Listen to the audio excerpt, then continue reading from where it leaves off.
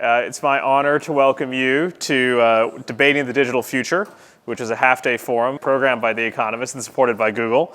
My name is Idrees Kahloon. I'm the Washington bureau chief for The Economist here in D.C. And I'd like to thank our speakers. We're about to have Congressman Ted Lieu. He's just fresh from the floor from voting. He's going to come join us for our fireside chat. As you all know, we're here to talk about AI, which is improving rapidly. Anyone who uses ChatGPT can attest to that. We're here to understand whether innovation, which we know is happening rapidly, is happening responsibly, and whether or not regulation, which can move slowly in this town, will be able to keep up. Tools like AI can be used to aid privacy, or they can be used to hurt it. They can hurt geopolitical tensions, or they could ease them. We're here to understand how businesses, civil society, and government can meet the promises of these new technologies despite their risk. And so, with that brief remark, it's my pleasure to begin this by welcoming our keynote speaker, Congressman Ted Lieu from the great state of California, to join me on stage for a fireside chat. Thank you. Yeah, thank you. My pleasure. Do you want to start with just a minute or two of thoughts, or do you want me to launch into questions? Whatever is your... You can just launch into questions. Okay. Well, why don't we start with the bipartisan bill you put out yesterday? Sure. It's to set up a commission to study these issues, right? Do you want to tell us a little bit more about it and the hopes behind it? Sure. So first of all, I want to thank The Economist and Idrees for doing this, and all of you for participating.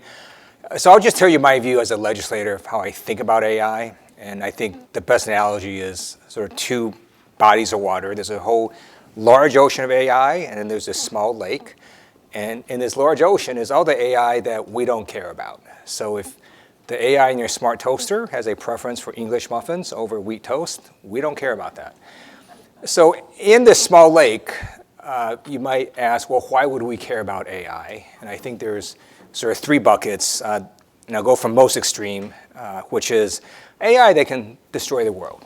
So the Department of Defense has what are known as automated weapons that launch automatically. And I introduced bipartisan legislation earlier this year that says no matter how amazing AI ever gets, we're never going to let it control a nuclear weapon and launch the weapon by itself. There always has to be meaningful human control. I think the second bucket is going to be AI that isn't going to destroy the world but can kill you, right? So when your cell phone malfunctions, it's not going 50 miles per hour. But the AI in an automated vehicle, if it malfunctions, could result in deaths. And you've seen articles now on more than expected deaths and accidents from Teslas in automated driving mode. So I think we probably need more regulators who are more sensitive to AI and the unique aspects. And then last bucket is probably the hardest and the largest, which is AI that does have a preference or biases that, while not killing you, can harm society. So facial recognition is an example where it is more biased towards people with darker skin. This is all very complicated, and so I think we have to be humble, and that's why I've proposed a National AI Commission, bipartisan, bicameral, done with Ken Buck as a co-lead, as well as Anna Eshoo. And on the Senate side, Senator Schatz will carry the companion legislation to make recommendations to Congress on what kinds of AI we might want to regulate and how we might want to go about doing so. How optimistic are you about Congress actually putting together a real framework for regulating AI when you could argue that the previous issues, internet privacy, social media, are still relatively untouched? You know, how can Congress actually get its act together for this? So it's interesting you brought up social media. I think most members of Congress are probably not thrilled with the way it has sort of turned out. And I think members of Congress don't really want to have a repeat of that, and I think that's why there's more appetite now in Congress to put some guardrails on AI while letting it innovate. I think their problem is it's developing so rapidly, the new frontier AI, that I'm not even sure we would know what we're regulating right now. And if we make a mistake, right, you need another act of Congress to correct that. So I think having a commission not only gives us some time to see how AI develops, because it's possible, right, all 37 harms that are predicted occur. Also possible that none of them do, or maybe 3 of them do, or maybe a totally new harm we never thought about occurs. And in addition, I think it's helpful to have experts who think about this all the time advise members of Congress who, I'm going to tell you, most of them don't walk around thinking about AI. They think about things like, you know, the debt limit or Ukraine or so on. And so it's important, I think, to have folks that really have thought about this to make recommendations. And can you tell us a little bit about the geopolitical landscape here? Because China's developed AI regulations, the EU has developed AI regulations. I wonder if there's again a similar story with social media. A lot of the innovation happens in America, but in a lot of ways, America looks like a regulation taker from a lot of these other countries. How does America avoid that situation with AI, where a lot of the innovation is still happening here? I'm actually fine being a regulation taker. So one of the things that legislators do, right, is we see what other jurisdictions do, and if it works well, we will copy it. If it doesn't work well, we won't. And so another reason for this commission is we can actually look at what other jurisdictions are doing, and the bill actually charges the commission with looking at the existing framework that's already in place. So we can also see what Europe does. So maybe what Europe is doing and is about to do is amazing and terrific. Maybe it's a total disaster. We'll know in a year or so or more, and so we can learn from what jurisdictions are doing. Yeah, and already there are many of your colleagues are putting out frameworks that for how to do this. Senator Schumer had a speech today about regulation of AI. It's interesting. He's famous for the flip phone, but he's proposing regulations on AI. Senator Hawley has put out his own framework. Right, one of them is to require a license for any company that's working in generative AI, which is an interesting idea. But I wonder, perhaps what do you make of those? But also, are there any at this point concrete pillars or guardrails that you firmly think would need to be included? Right. Obviously, you want a commission to study this and you want to see what they say. But are there anything that you would think of now? So clearly, on things that can be enormously harmful, such as nuclear weapons, or things that are moving objects, planes, trains, automobiles, any of that, I do think we should have heightened sort of scrutiny right now on what kinds of AI are in those things, how we can better make sure there are guardrails. The ones that sort of are harder to know if the harms actually come about, I think we just have to wait a little bit of time to assess. That is my sense. Mm-hmm. This is something you've thought about for a long time, right? And you talk to a lot of people about. I wonder what's surprised you most. I mean, the last few months have been a really heady period, and you've spoken to quite a lot of people. What surprised you most when you've been studying this issue and talking to folks working in this space? Probably the number of people that have no idea what this is. We had a bipartisan dinner. I'm the vice chair of the Democratic caucus, and I work with the Republican vice chair. And we're going to do actually a whole series of different bipartisan dinners, but we had one dinner where we brought in Sam Altman, and he presented ChatGPT, and it was pretty clear to us that a number of members had just never seen generative AI before. And that goes for the American public as well. And I think we need time for the public and members of Congress the opportunity to learn about this, to see it for themselves, and then assess what they may or may not want to do about it. But we're sort of at the learning stage. Everyone in this room knows what it is, but I don't know if you're a regular person out in the street knows what this is. Do you think there needs to be more of an effort to educate people on what generative AI is? I think people will find out soon enough. And it is something I encourage everyone in America to do, right? You can go on Google's Bard and look at it. You can go on ChatGPT and Microsoft Bing. But I think once you use it for a while, you'll understand viscerally what a qualitative leap it is in generative AI technology. You mentioned Sam Altman, right? And it's interesting. There's somewhat of a divide in the business community that I'd like to get your thoughts on. But you have folks like Altman, who is, in my view, kind of emulating Robert Oppenheimer a little bit, saying that he's invented something that could destroy the world and there needs to be brakes on it. And then you have folks like Eric Schmidt, who say that although this could be an existential risk, the risk of pausing for 6 months is too great because China will then innovate and will just simply be ahead of us. What's your sense of where the tech community is on this issue when it comes to regulation, and what do you think should be the interim kind of period before you get something together in Congress? Well, we're a free, open, democratic, capitalistic society, so a pause is just not going to happen, right? it's interesting you mentioned Eric Schmidt. So some of you may know he actually led a AI commission in the military and DoD side. And so this commission is sort of a counterpart to that successful commission. So there's precedent for why this would make sense. So look, ChatGPT is not going to cause the human race to go extinct. Doesn't mean that years down the line, we might see some permutation that could be more dangerous. But right now, there's no extinction threat. So I think, again, it's advancing so quickly, we might just want to pause as legislators a little bit and just look at it and see what actually happens in the next few months. And what about I guess what makes this such a tricky area is there's a geopolitical and a national security element to it as well, right? Jake Sullivan has given the speech a few months ago where he says that maintaining an edge on AI and other technologies, quantum and whatnot, is a national security priority. There are export controls that are in place. There's a thought about whether or not actually, in addition to regulating, maybe there needs to be subsidy for some of this because there is a kind of arms race mentality. Do you think that is helpful at the moment, or how do you think through the really complicated question of China and where China is going with this? So not a lot of companies or countries could even do these large language models. There was an interesting article that came out that basically assessed that ChatGPT loses about $700,000 a day. Every time people run queries on it, potentially is causing it money. So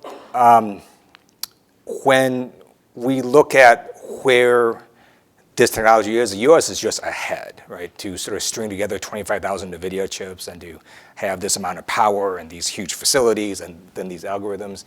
Very few places could actually do this. So I'm not super worried that any of our peer competitors are going to catch up anytime soon. I think we need to continue innovating and advancing in this area, but it's not clear to me that we're seeing all of a sudden, threats from Russia or China or other countries that they're going to come out with sort of their own version of a large language model and start doing very bad things. Do you think it's a legitimate use of American state power to try to maintain that edge vis-a-vis China? I'm fine with maintaining our qualitative technological edge over all our peer competitors. And I also do support international attempts to put guardrails on whatever this AI might look like in the future. And it's something you could do potentially through certain agreements that just say, look, we're just not going to let generative AI do certain things, such as cyber hack everybody. So that would sort of require an international agreement. Yeah. The appetite for international agreements within Congress has been somewhat limited, don't you think? It requires other countries to cooperate as well, yes. Do you think that there is actually some possibility that something like that could come together?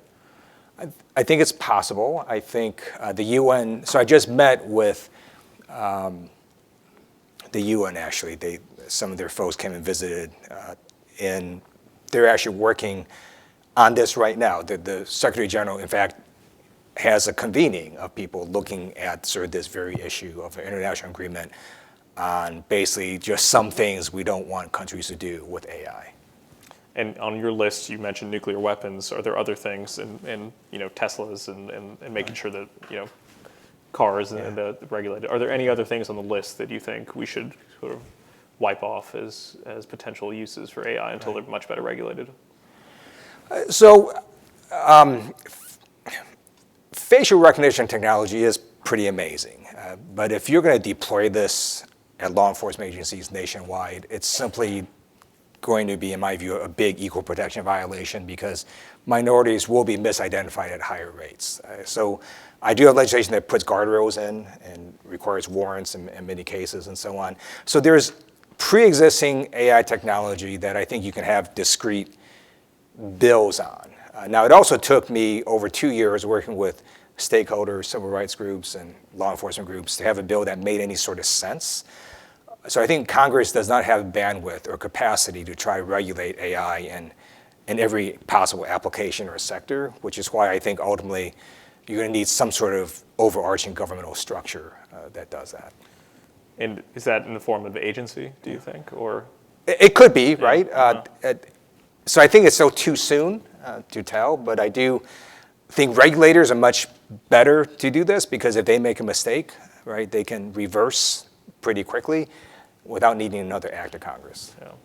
I'm curious, you mentioned the misidentification of facial recognition, particularly for minorities. Do you see that as, sometimes people describe it as algorithms being biased, but do you see that as a kind of a human error, a lack of good training data, something that can be ameliorated within the algorithm itself, or something that requires actual oversight in order to suss out?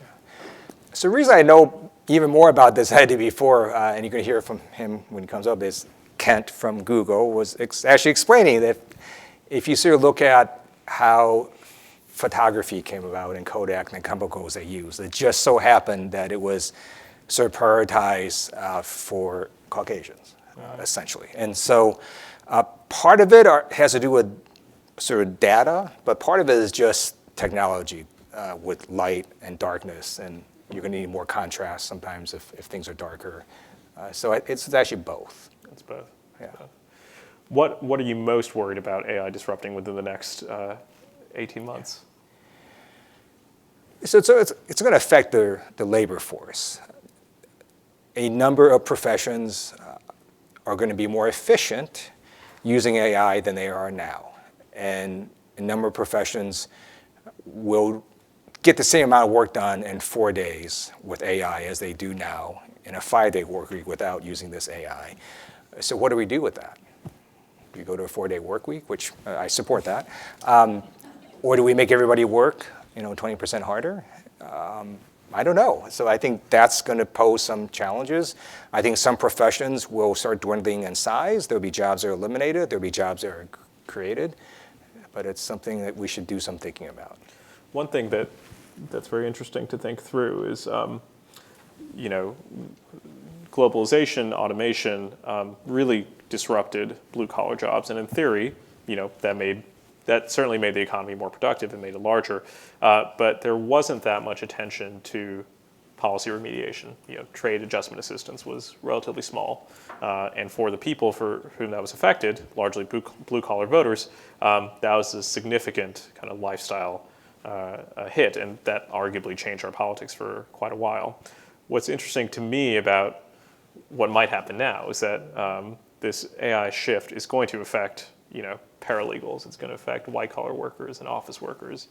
And I wonder whether you think that might change Congress's appetite to explore policy remediation for this, because the set of voters who it might hit will be different. I think it's possible, but I think it's really hard to predict who those workers are. And what some people would say is they probably wouldn't recommend that folks go into the computer programming field, which until recently was quite hot, right? Because a lot of folks believe that generative AI will write most computer code. The other interesting thing that this AI can do is there's already plugins right now where you can do all sorts of stuff now without knowing any computer code. And it lets people who have no experience with computer code all of a sudden do lots of things that they previously couldn't. So that's going to, I think, create all sorts of sort of different new jobs and perhaps eliminate some other jobs. So I think it's really hard to know what that mix is going to be. And is one of the things that your commission would study is the composition of the welfare state. Some people have argued that it ought to, as a result of this shift, ensure a minimum income, a minimum kind of wealth endowment, these sorts of ideas, safeguard against the ructions that might happen. So the commission we propose would not do that. Just personally, I do support basically universal basic income. I think with every passing day, there are more and more people who have skills that society doesn't need. And what do you do with that? And your answer is basic income as opposed to retraining or the kinds of things that Washington has proposed for quite a while? I think retraining is fine, but it's hard to get someone who has been in one career and then at age 55 or 45 tell them to retrain in something completely different. It's not that easy. If I could ask you, kind of as we close, one thing that might clarify the minds of your colleagues on the Hill is the capacity for these technologies to disrupt the election that's coming up. You're going to be running, all of your colleagues in the House are going to be running. How serious of a issue do you think this might be already? And do you think that might actually convince politicians to do something about it? So the other interesting aspect of AI is you could potentially use quote unquote sort of good AI to counter bad AI, right? So there are now companies that are working on ways to authenticate images and whether there's been changes to images. It's possible to use AI to detect if something maybe wasn't someone's actual voice and so on, or detect if something was written by AI. So you could see some of that happening. There's also pre-existing bills that do address some of these problems. So I do support legislation already introduced that would require disclosure in social media ads. So if you see an ad on TV for a federal race, it will say, at some point something like, I'm Ted Lieu and I approve this message. So you'll know basically that I paid for that ad. Nothing in social media has that. And, if Russia paid for an ad promoting Donald Trump, we wouldn't know that. So now I support legislation that would basically require it to basically say paid for by the Kremlin. So there's already existing bills that can handle some of these issues. But the best thing I would want people to know is that just don't believe everything you read on the internet. And if people are more skeptical, I think that would be more helpful. I heartily agree with that. So thank you so much for taking the time. I appreciate it. Thank you.